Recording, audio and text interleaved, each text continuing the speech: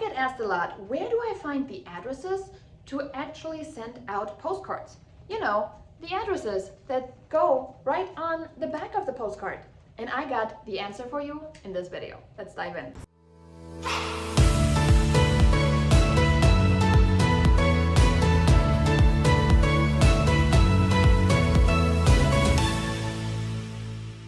My name is Janine Sasso, and in this video, this is where you are going to learn exactly where do you get that address from? How do you do it? I actually got a couple solutions for you. So get a pen and paper and let's dive on in. When it comes to postcards, you have a lot of different ways to get them actually sent out the door. One of the ways we're going to cover is every door direct mail, EDDM for short.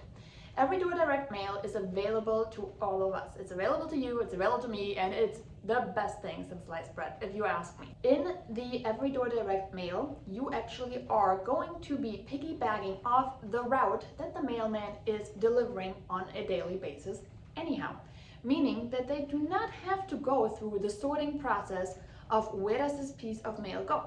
You will simply bundle postcards in a stack, and you will have what they call a facing slip around it. That facing slip will then go onto the route, whoever is the mailman, they're like, hey, this needs to go with, and they will take it with, and at every mailbox, as they're putting the mail in, they will take one of yours and put it in there as well. This is EDDM. Now, the mailing for EDDM goes to the local customer, okay? The local customer. And what this looks like, let me see if I have one here. I do. What this looks like is right here, it says local customer or local residential postal customer, and it will not be addressed to the person. Now, some of you might say like, oh, that doesn't feel very personal. That's okay. We want them to actually have a look at the message in the front, not so much worried about who is it for, okay? It's for the person that lives there. Simple as that. This is one way to obviously get your postcard out. What's another way? Well, you could definitely pull a list. Your title company can help you with the list. If you have access to a tax platform, which most of us as real estate agents do, you can extract the list, okay? It can be a targeted list. Now, that will be a definitely more expensive way to send your postcard, but it's possible. These lists can then be used for you to actually just create a spreadsheet, create some address labels, and then it goes out the door, okay? Again, more expensive way to send it, totally possible. Another way to send it is when you purchase lists. You can purchase lists based on, I want to market to people who drive a BMW. Again, us personally, as real estate agents, we probably wouldn't use the car make unless you want to work with clients that only drive a Bentley, as an example. But we could purchase lists based on certain characteristics. Maybe they have been ordering flower bulbs out of a bulb catalog, okay? There are lists out there for people that have ordered flower bulbs, and you can then go after these for a campaign. Let me see if I find one.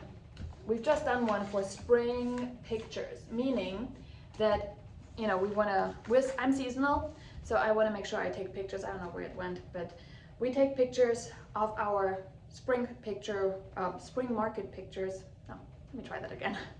We're going to take pictures of our spring market listings because I'm in the Chicagoland area and it's a little blah out there in March.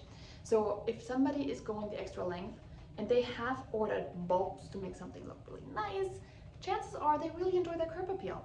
So it's my job to get in front of them and say, hey, let me capture it, because when the time comes for you to sell in March, your house is not going to look the greatest.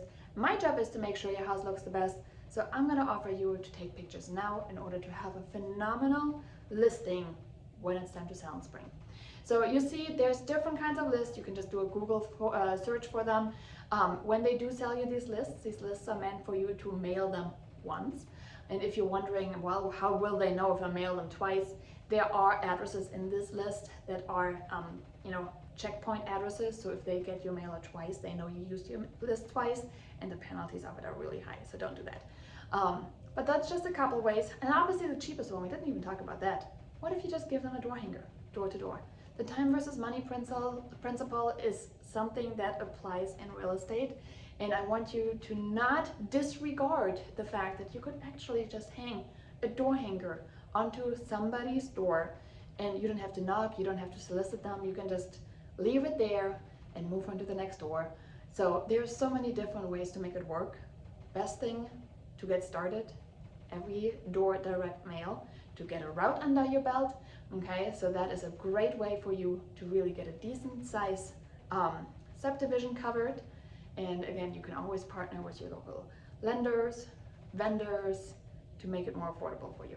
So hopefully this was helpful, and I'll see you in the next video.